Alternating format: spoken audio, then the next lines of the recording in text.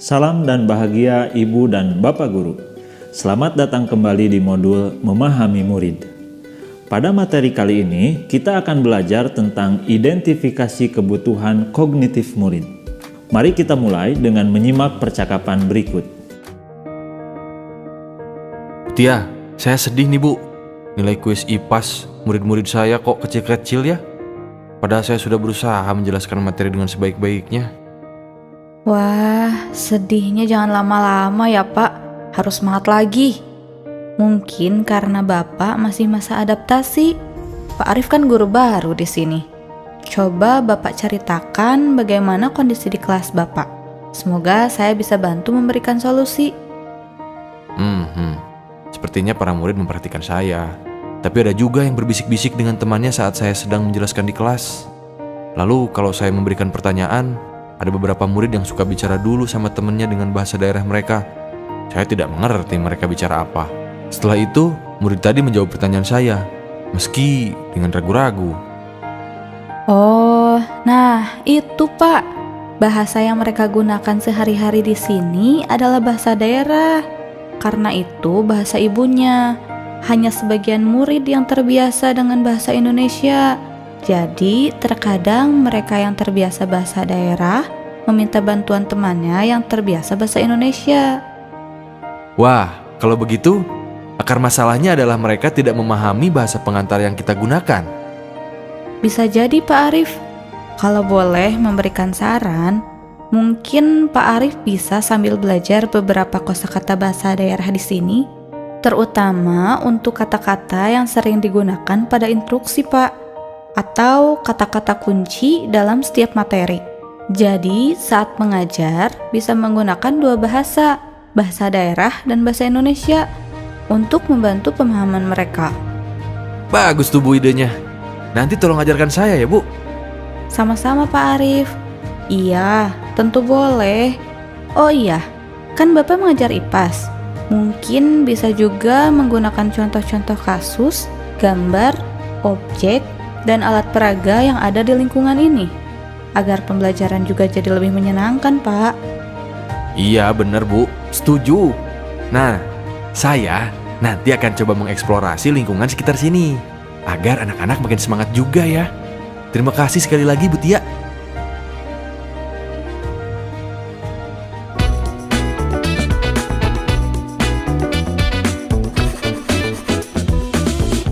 Nah, bagaimana dengan Ibu dan Bapak Guru? Apakah pernah mengalami tantangan mengajar berkaitan dengan bahasa sehari-hari murid? Di materi sebelumnya, Ibu dan Bapak Guru telah mempelajari area-area kebutuhan belajar murid, seperti kognitif, sosial atau orientasi kelompok, afektif atau minat, dan psikomotor. Pada materi kali ini, kita akan menitik beratkan pada area kebutuhan kognitifnya. Tapi, ranah kebutuhan kognitif yang akan kita bahas bukan merujuk pada kemampuan intelijensi yang biasanya dilihat dari skor IQ atau sejenisnya.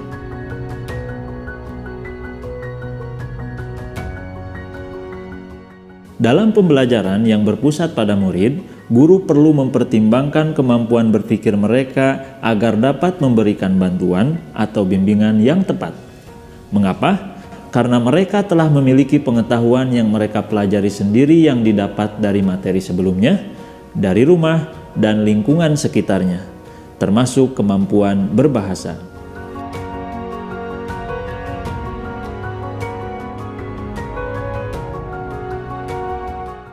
Ketika murid belajar dalam bahasa yang mereka pahami, mereka memiliki kesempatan lebih besar untuk memahami berbagai materi pelajaran serta bahasa lain yang bukan merupakan bahasa ibunya. Hal ini juga mendukung pengembangan kemampuan kognitif umum yang lebih baik. Ini sesuai dengan prinsip dasar ilmu kognitif bahwa pengetahuan baru dibangun di atas pengetahuan yang sudah ada. Selain itu, mereka juga lebih betah dan menikmati pengalaman belajar di sekolah. Bahkan tidak sampai di situ saja, modal kemampuan berbahasa yang baik ini memiliki banyak efek positif. Efeknya tidak berhenti ketika murid menyelesaikan sekolahnya, tapi akan terus berpengaruh dalam memaksimalkan potensi untuk meniti karir dan mencapai cita-citanya. Maka seperti saran Bu Cynthia dan Pak Arief, setiap guru perlu mengenali bahasa utama yang digunakan oleh setiap murid agar pembelajaran berjalan efektif. Ini merupakan bagian dari identifikasi kebutuhan kognitif murid.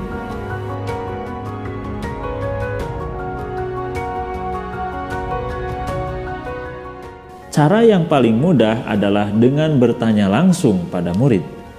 Cara ini dapat ibu dan bapak lakukan saat memulai tahun ajaran baru. Tanyakan kepada murid kita bahasa apa yang mereka gunakan di kesehariannya. Setelah identifikasi awal, lanjutkan dengan validasi melalui beberapa cara. Pertama, menganalisis topik belajar. Di awal semester, guru bisa menyebutkan atau menulis di papan tulis topik-topik yang akan dipelajari. Lalu bertanya pendapat murid-murid mengenai topik tersebut. Guru bisa mengamati bagaimana kemampuan berbahasa murid dalam menyampaikan jawabannya. Kedua, membuat tulisan bebas. Guru bisa meminta murid membuat tulisan tentang suatu topik yang mereka minati.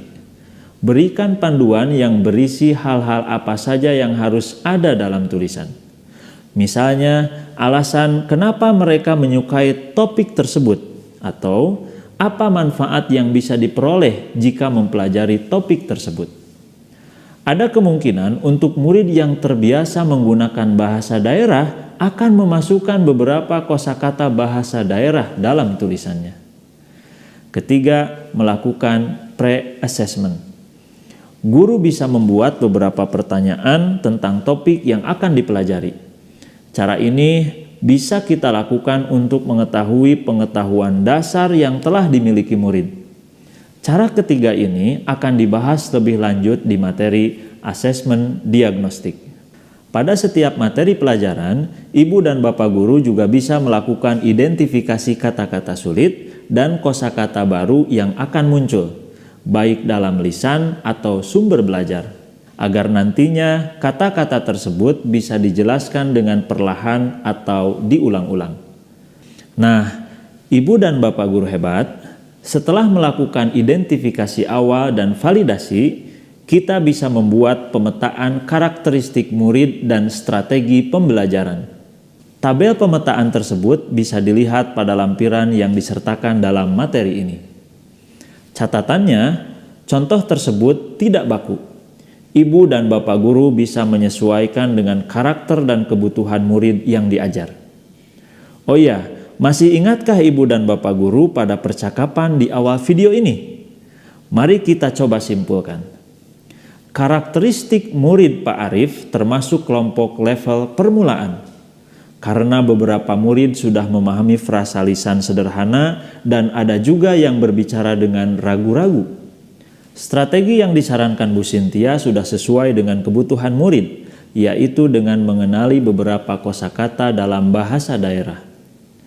Ibu dan bapak guru, kita akhiri materi kita di sini. Kesimpulannya, dengan membuat pemetaan akan lebih mudah bagi kita untuk memenuhi kebutuhan belajar murid. Juga membantu mereka menjalani proses pembelajaran yang efektif. Sekarang kita bisa ingat kembali seperti apa sajakah karakter murid yang ditemui di kelas. Selamat mengidentifikasi kebutuhan kognitif mereka ya. Selamat belajar ibu dan bapak guru hebat. Salam dan bahagia.